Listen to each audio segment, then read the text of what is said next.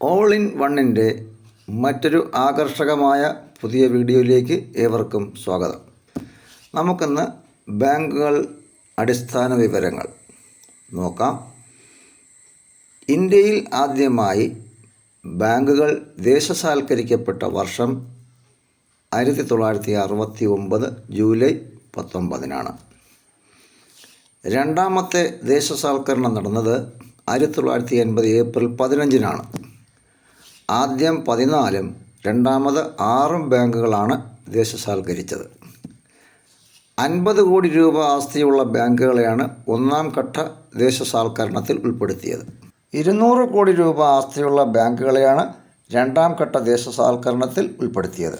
ബാങ്കുകൾ ദേശസാൽക്കരിച്ച ഇന്ത്യൻ പ്രധാനമന്ത്രി ഇന്ദിരാഗാന്ധിയാണ്. ബാങ്കുകൾ ദേശസാൽക്കരിക്കപ്പെട്ടപ്പോഴുള്ള രാഷ്ട്രപതി വി ഗിരിയാണ്. ഇതിൻ്റെ ബാക്കി ഭാഗം അടുത്ത വീഡിയോയിൽ.